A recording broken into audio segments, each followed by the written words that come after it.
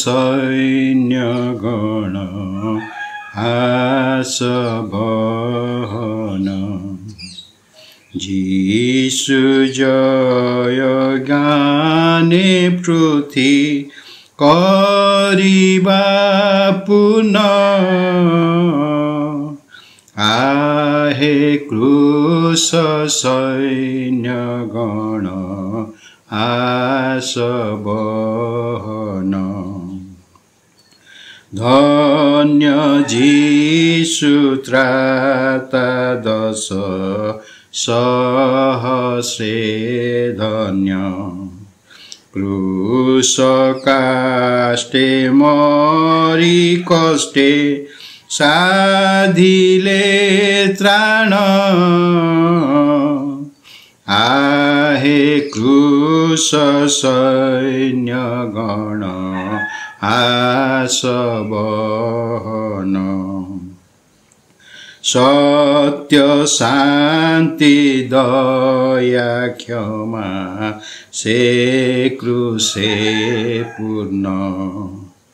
आम्बे भोगुछु प्रचुरे कि भाग्यवान आहे क्रूस सैन्यगण आसबहन उठ क्रूस सैन्यगण दयार कर्म प्रकाशिबा तांक पक्षे से जीशु सम आहे क्रूस सैन्यगण आसबहन बिना मूल्य त्राण धन हेलु प्रापण बिना मूल्य देवाज्ञा करु पालन आहे क्रूस सैन्यगण आसबहन धर्मात्मा प्रभावे उठ करिबा कर्म बनिबा रुष्टे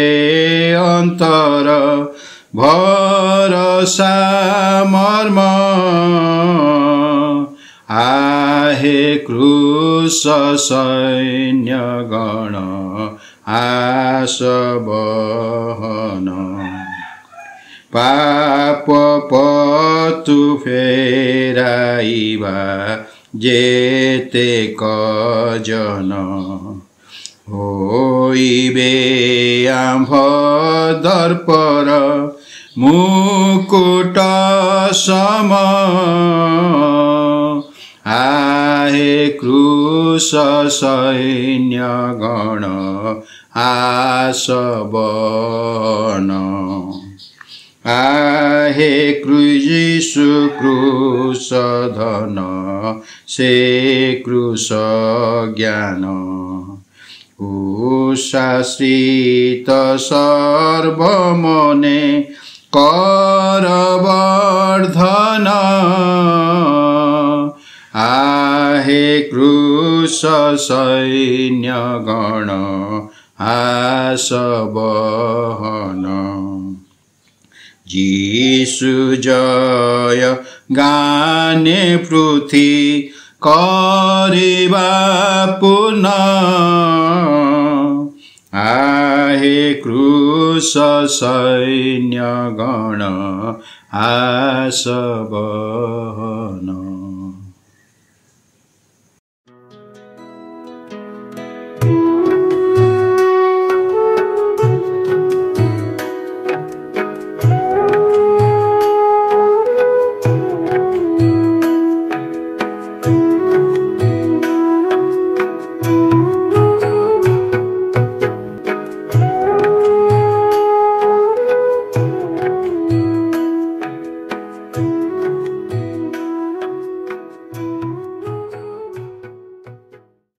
समस्त को प्रेज द लॉर्ड। नमस्कार। आज सुंदर समय आज दिन में समस्त को प्रभु जीशु ख्रीष्ट मधुमय नाम रे नमस्कार। पुणी अशेष प्रेम तार सहित यही शुभ समय परमेश्वर तरफ मिलुवर आम प्रत्येक जन आपण मान सहित मोर सहित समस्त द्वारा समस्त तरफ आज गोटे बहुत बड़ा प्रेज द लॉर्ड। आजिकार दिवस आम निमंते एक आशीर्वाद दिवस अटे। आम ये समय मानक जीवन यापन करुछु आउ परमेश्वर अनुग्रह को आम केते मने पकाउछु यह एक विशेष विषय अटे। से गोटे विश्वासी भाव में ख्रीष्ट जीशुंकर गोटे अनुसरणकारी भाव में यह एक विशेष आम निमंते आवश्यक अटे जे आम प्रति विषय परमेश्वर ठारू परमेश्वर प्रति धन्यवाद आज परमेश्वर वाक्य मध्य को जीवा आम एक विशेष घटना दे जीवा आई घटना मुझे भी मन पकाए एक सच्ची गोटे सत्य घटना अटे। जो घटना कि आम जीवन में प्रभु को पाई प्रभुंकर निकट को आसी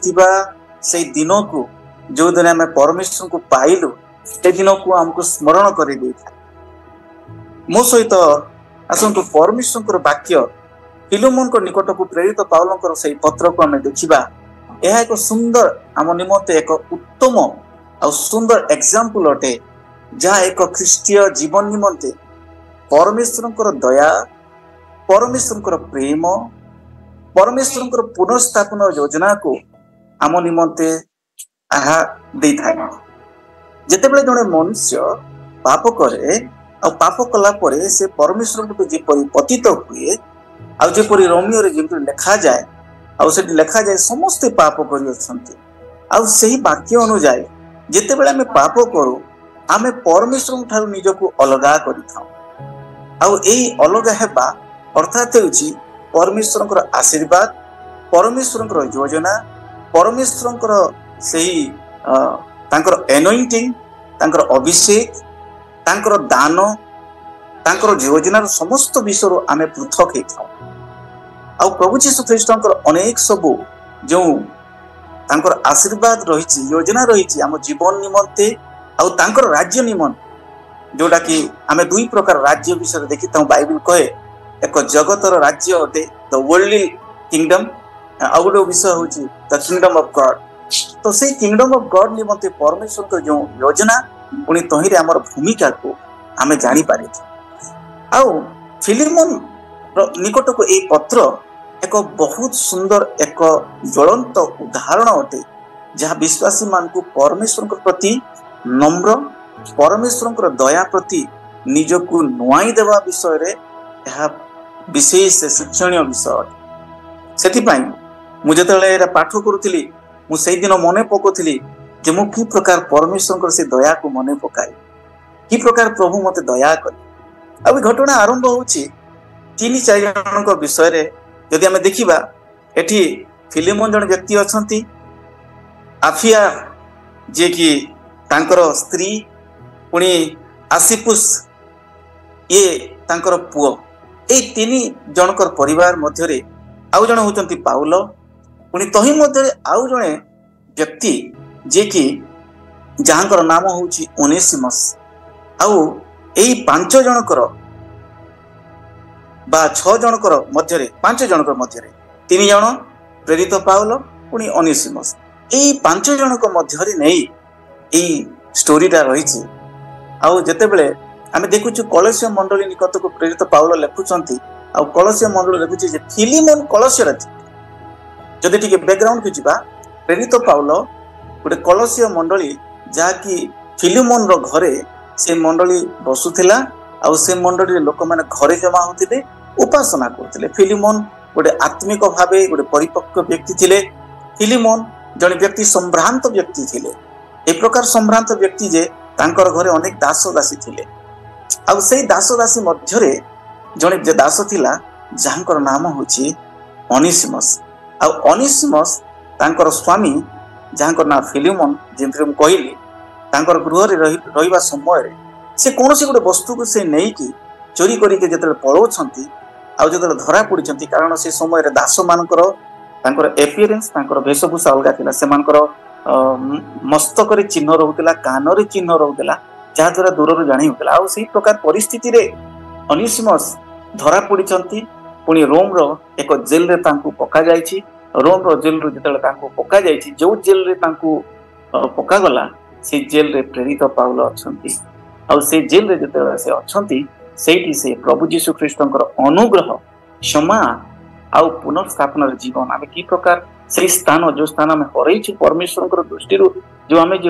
ଆମେ ମହିମାକୁ ହରେଇଛୁ, ସେଇ ସ୍ଥାନ କିପରି ପାଇବା ସେ ବିଷୟରେ ସେ କହୁଛନ୍ତି। ଆଉ ଏଠି ଏକ ଆଶ୍ଚର୍ଯ୍ୟ ବିଷୟ ଅଟେ। ମୁଁ କେତେଟା ବିଷୟ ଦେଖୁଥିଲି ଯେ ପରମେଶ୍ୱରଙ୍କର ପରିବାର କିପରି ଆମେ ଦାଖିଲ ପାରିବା। ଆଉ ପ୍ରେରିତ ପାଉଲ ସେ ବିଷୟରେ ସେ କହୁଛନ୍ତି, ଯେତେବେଳେ ଆମେ ଦେଖୁଛୁ ଜାଗତିକ ଦୃଶ୍ୟ, ଆମେ ଦେଖୁଛୁ ଯେ ଆମେ ଅନେକ ସମୟରେ ପରମେଶ୍ୱରଙ୍କ ଠାରୁ ନିଜକୁ ଅଲଗା କରିଥାଉ, କିନ୍ତୁ ଯେତେବେଳେ ଅନିସିମସକୁ ଆମେ ଦେଖୁଛୁ, ଅନିସିମ ପ୍ରେରିତ ପାଉଲଙ୍କୁ ଆଗରୁ ଜାଣିଥିଲା, ଯେହେତୁ ଅନେକ ଥର ସେବା କଲା ସମୟରେ ପ୍ରେରିତ ପାଉଲ ଫିଲିମୋନର ଘରକୁ ଯାଇଛି। ଆଉ ସେ ସମୟରେ ଅନିସିମସ୍ କ୍ଷମା ମାଗିଛି। ଅନିସିମସର ନାଁରେ ଗୋଟେ ପତ୍ର ପ୍ରେରିତ ପାଉଲ ଫିଲିମୋନକୁ ଲେଖୁଛନ୍ତି, ଆଉ ସେଠି ସେ ଏହି ପତ୍ରକୁ ଦେଉଛନ୍ତି। ଏହି ପତ୍ର ଏକ ପ୍ରାୟଶ୍ଚିତ୍ର, ଏକ ଉଦ୍ଧାରର ପତ୍ର ଅଟେ। ଆଉ ଏହି ପତ୍ର ଯେତେବେଳେ ଆମେ ପାଠ କରିବା, ଆମେ ସ୍ୱୟଂ ଯୀଶୁ ଖ୍ରୀଷ୍ଟଙ୍କୁ ଆମେ ଆମର ଆଖି ସାମ୍ନାରେ ଦେଖିପାରିବା ଏକ୍ଜାକ୍ଟଲି। ଏଠି ଆମେ ନୂତନ ଜନ୍ମ ବିଷୟରେ ଲେଖୁଛୁ। ଯେତେବେଳେ ପ୍ରେରିତ ପାଉଲ ଅନିସିମସ୍ ବିଷୟରେ କଥା ହେଉଛନ୍ତି, ଆଉ ସେ କହୁଛନ୍ତି, ପ୍ରିୟ ଫିଲୋମନ, ତୁମେ ଏହି ପତ୍ର ପାଇଲା କ୍ଷଣି ତୁମେ ମୋର ବିଷୟରେ ଆଉ ମୋର ପତ୍ରର ବିଷୟରେ ତୁମେ ବୁଝିପାରୁଥିବ। ଆଉ ସେ ସେତିବେଳେ ସେ ଅନିସିମସକୁ କହୁଛନ୍ତି, ତୁମେ ଯେଉଁ ଅନିସିମସକୁ ତୁମେ ହରାଇଛ, ଏବେ ସେ ଅନିସିମସ୍ ମୋ ପାଖରେ ଅଛି। ଏବେ ମୁଁ ତାକୁ ତୁମ ପାଖକୁ ପଠଉଛି। ଆଉ ତାକୁ ତୁମେ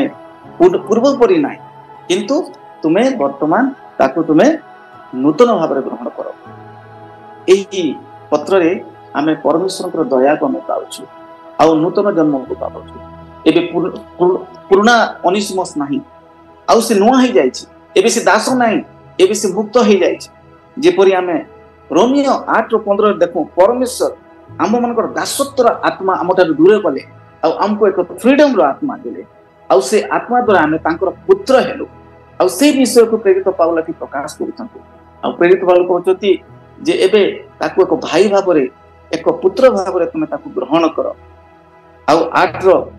ଯଦି ଆମେ ଭର୍ସ 18 ଯଦି ଆମେ ପାଠ କରିବା, ସେଠି ଲେଖାଯାଏ ଯେ ତୁମେ ମୁଁ ଯଦି ତାର ଯଦି କିଛି ଭୁଲ ଅଛି, ତାର ଯଦି କିଛି ଯଦି ପାଉଣା ଦେବାର ଅଛି, ତାର କିଛି କ୍ରେଡିଟ ଅଛି, ତ ସେଟା ମୋ ନାଁରେ ଲେଖ ବୋଲି ପ୍ରେରିତ ପାଉଲ ଫିଲୋମନକୁ କହନ୍ତି। ଏଟା ଯୀଶୁଙ୍କର ସେଇ ଚରିତ୍ରକୁ ଆମେ ଦେଖିପାରୁଛୁ ଯେ ଆମେ ଯୀଶୁ ଆମ ନିମନ୍ତେ, ରୋମିଓ 8:34 ଲେଖାଯାଏ, ସେ ନିରନ୍ତର ପିତାଙ୍କର ଦକ୍ଷିଣ ପାର୍ଶ୍ୱରେ ରହି ଆପଣଙ୍କ ନିମନ୍ତେ ମୋ ନିମନ୍ତେ ସେ ପ୍ରାର୍ଥନା କରନ୍ତି। ଆଉ ସେ ନିରନ୍ତର ପ୍ରାର୍ଥନା କରିଥାନ୍ତି, ଯାହାଦ୍ୱାରା ଆମେ କ୍ଷମା ଓ ଅନୁଗ୍ରହ ପାଇପାରିବା। ସେଇ ପ୍ରକାର ଯୀଶୁ ଆମ୍ଭମାନଙ୍କୁ ଏକ ଆତ୍ମା ଦେଇଛନ୍ତି, ଯେଉଁ ଆତ୍ମା ଦ୍ୱାରା ଆମେ ନିରନ୍ତର କାରଣ ଅନିସିମସ୍ ଦାସ ଥିଲେ, ଆଉ ସେ ଦାସତ୍ୱର ଅବସ୍ଥାରେ ଥିଲେ। ଆଜି ଯେଉଁମାନେ ଆମେ ପ୍ରଭୁଙ୍କୁ ପାଇନାହୁଁ, ସେମାନେ ଦାସତ୍ୱର ଅବସ୍ଥାରେ ଅଛୁ। ଯଦି ରୋମିଓ 8 ପର୍ବ ତାର ଯଦି ଆମେ 6-7 ଆଗକୁ ଦେଖିବା, 1ରୁ ଆଗକୁ ଦେଖିବା, ସେଠି ଦାସତ୍ୱ ବିଷୟରେ ଲେଖାଯାଏ। ଯେ ବ୍ୟକ୍ତି ଯେଉଁ ବିଷୟର ଅଭ୍ୟସ୍ତ ଅଟେ, ଯେଉଁ ବିଷୟରୁ ମୁକୁଳି ପାରୁନାହିଁ, ସେ ଦାସତ୍ୱ ଅଟେ। ଆଜି ଯଦି ଆମେ ଭିନ୍ନ ଭିନ୍ନ ପ୍ରକାର ଦୋଷ, ଅପରାଧ, ଅଭ୍ୟାସ, ମନ୍ଦତା ମଧ୍ୟରେ ଅଛୁ, ମୋର ପ୍ରିୟମାନେ, ଆଜିକା ଦିବସରେ ମୋର ପ୍ରିୟ ଭାଇ ଓ ଭଉଣୀ ପ୍ରତି ଜଣଙ୍କ ନିମନ୍ତେ ଯଦି ଆପଣ ବାସ୍ତବିକ ପରମେଶ୍ୱରଙ୍କର ଅନୁଗ୍ରହ ପାଇବାକୁ ଚାହୁଁଛନ୍ତି, ତାହେଲେ ମୋର ଆପଣମାନଙ୍କ ନିମନ୍ତେ ପ୍ରୋତ୍ସାହନ ଅଟେ ଯେ ଆପଣ ଯୀଶୁଙ୍କ ନାମରେ ଆଜି ପ୍ରଭୁଙ୍କ ପାଖକୁ ଆସନ୍ତୁ। ଯୀଶୁ ଆମ୍ଭମାନଙ୍କ ନିମନ୍ତେ କ୍ଷମାର ପ୍ରାର୍ଥନା କରନ୍ତି, ଆପଣଙ୍କର ଦୋଷରୁ ସେ ମୁକ୍ତ କରିବେ। ଯଦି ଆମେ ପ୍ରଥମ ଯୋହନ 3 ପଦକୁ ଦେଖିବା, ସେ ଆମ୍ଭମାନଙ୍କର ପାପ କ୍ଷମା କରିବା ନିମନ୍ତେ ସବୁବେଳେ ସେ ଜାଗ୍ରତ। 1:9, ପ୍ରଥମ ଯୋହନ 1:9, ସେ ବିଶ୍ୱସ୍ତ ପରମେଶ୍ୱର ଅଟନ୍ତି। ସେଥିପାଇଁ ଆଜିକା ଏହି ଛୋଟ ବାକ୍ୟ ଦ୍ୱାରା ଆମେ ଜାଣିବାର ଅଛି, ଏଇ ଏଟା ଛୋଟ ଗୋଟେ ପତ୍ର ଅଟେ, କିନ୍ତୁ ଏହା ମୋର ନିମନ୍ତେ, ଆପଣମାନଙ୍କ ନିମନ୍ତେ ଅନୁଗ୍ରହର ରାସ୍ତା ଅଟେ। ସେ ଅପବାଇ ପୁତ୍ରର ପିତା ସେ ବାଟ ପାଖରେ ସେ ଅପେକ୍ଷା କରିଥିଲା, କେତେବେଳେ ମୋର ପୁଅ ଆସିବ।